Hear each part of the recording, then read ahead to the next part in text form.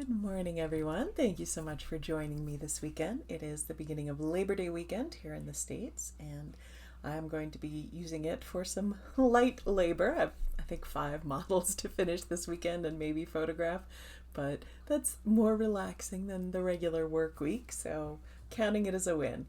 We had lovely rainstorms this past week, which was great for getting a lot of water into the soil. Not so great for poor Mosi because they came with a lot of thunder, and that was tough for her. So, but it does mean there's also a lot of yard work for me to do this week, so I'll be hoping to get to some of that. First up, we're jumping right into stitching in action, and we have Festive Forest stitched by Jolene. Jolene actually finished this for the Jingle Ball class last year, or finished the stitching, but she said she's not much of a finisher and she was nervous about doing the actual finishing portion, but I think she did a great job. So, because she was brave enough to tackle something new, she now has a piece that she can enjoy all year round. Well done, Jolene. Thank you so much for sharing that. Next up, we have Sea and Shore. This was stitched by Darlene, and this one means a lot because Darlene chose this in memory of her brother, who not only loved animals but chose to have his final resting place be at the Gulf, and so this was very special for her, and I'm really honored that this piece spoke to her enough to bring back some of those memories, or to at least honor some of those memories. So beautiful stitching, Darlene. Well done, and thank you so much for sharing this. When I'm stitching, not surprisingly, since I have 5 models to finish, it's been models, but and I haven't done those all by myself. I've had the fabulous model stitchers on several of them, but I've done some small ones. Yeah, I look forward to getting back to Cicadas Song Sampler. At this point, I'm hoping to finish it by the end of the year. But it's been good progress, and it's always nice to come back to. On to Stash Spotlight this week. Something a little unusual. This giant book. This is just an old secondhand book. You can see it's a little ratty, not in great condition, but I love it. This is about the Ravenna mosaics, and that's one of the things that I would really love to see in person someday. I've never seen them. I've only seen photographs. This book actually was one that I bought years ago, and when I was first starting out as a cross-stitch designer, I was really struggling with, as many of you know, I can't draw at all, so I'm trying to learn how to essentially draw with little square blocks of color, and a book like this was really helpful because it showed me ways to think about. You can see it's got big illustrations. These are made with small glass tiles, essentially square, not exactly square, but it was helping me to think about how do you make a picture with these little square blocks. And a little hiccup there, the book was so big it hit the mouse. This marker in the book on this page was actually from back then when I was trying to learn how to do it. So this is a picture of hills and water and things, all made with these little tiny tiles. And one of the things I love most about so many of the Ravenna mosaics is this beautiful green color you can see in the background. A lot of the buildings that have a lot of these mosaics feature so much of this green color that it's almost like the green light is through the whole room. And of course you know how much I love green, so that's another reason that I wanted to see them someday. But until then, I have this great secondhand book with beautiful pictures to enjoy, so that's my Stash Spotlight, which has actually inspired my whirl around for this week. And for this week, I chose copper. I grew up in Montana.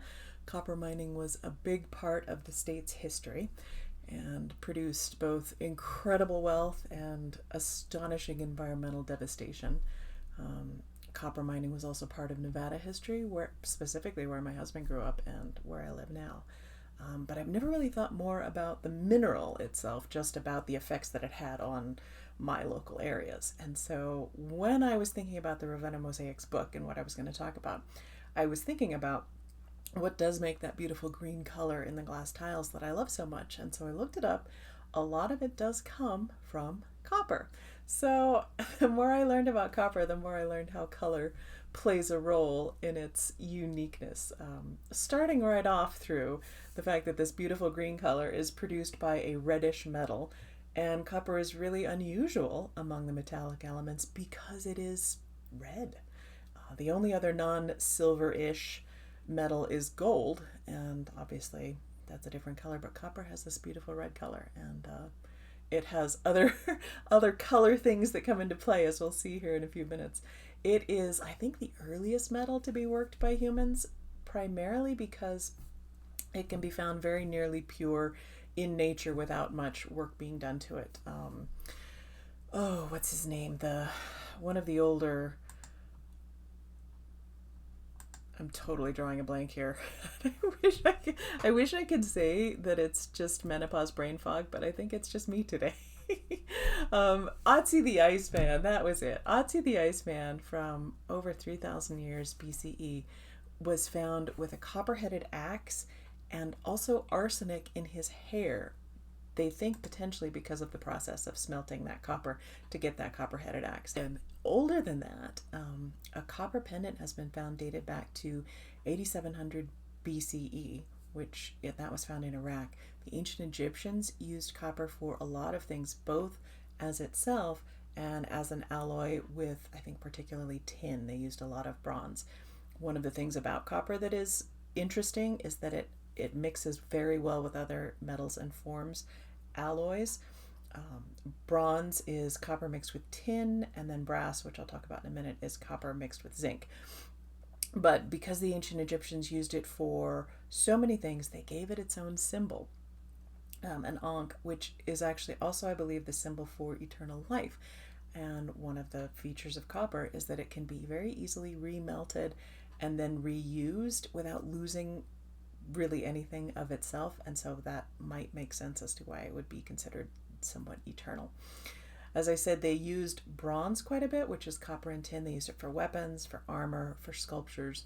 I didn't know, but it's very good for sculptures, bronze in particular, because it expands very well to fill an elaborate mold as it's heated, and then when it cools, it shrinks back a little bit so you can easily remove it from the mold. So not only the ancient Egyptians used bronze for these sculptures, but obviously through even current history, a lot of sculptures are made of bronze. So I thought that was very interesting.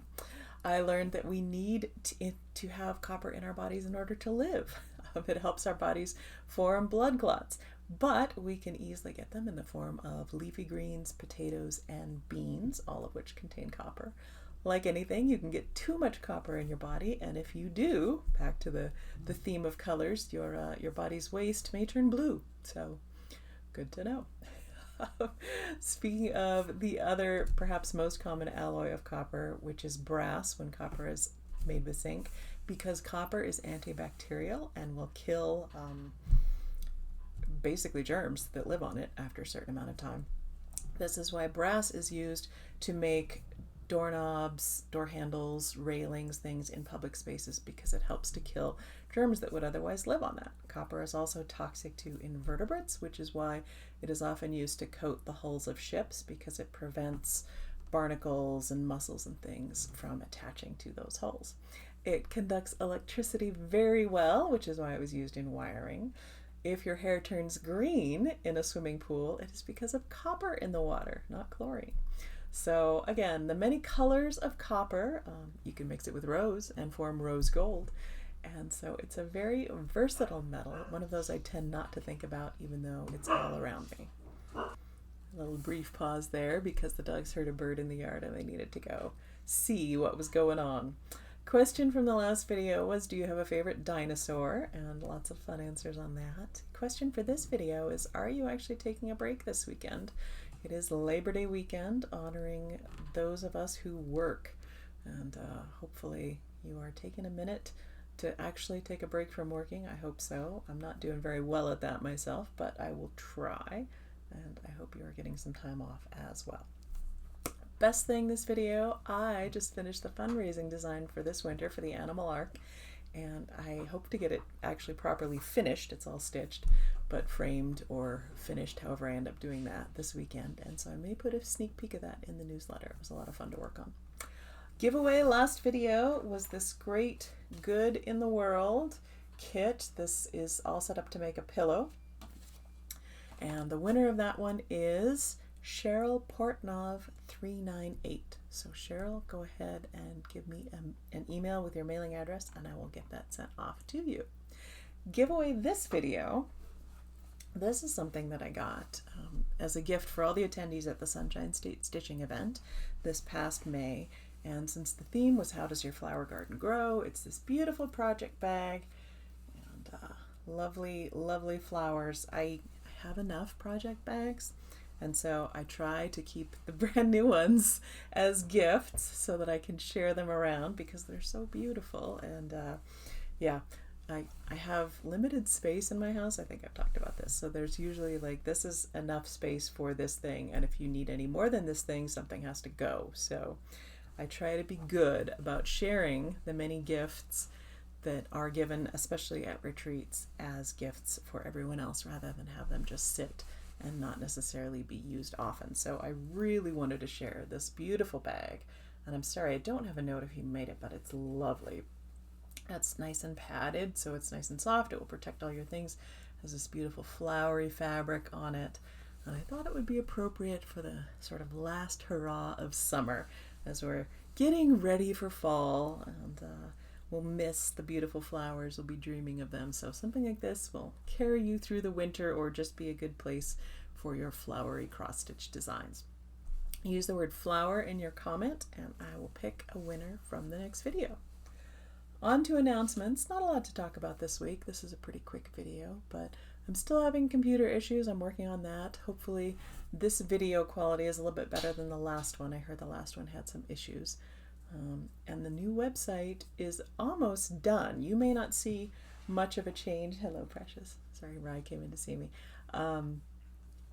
But it may just look a little bit different, but it's almost done, which means the website will actually be in one place, all set to go. That's probably more exciting for me than you, but I'm calling it a win whenever I can get anything in the computer realm to work. So that's it for me. It's a quickie this time. We've got a brief puppy video here at the end, and I hope you have a lovely Labor Day weekend. Thank you so much for spending time with me today, and I look forward to chatting with you again in 2 weeks. Bye.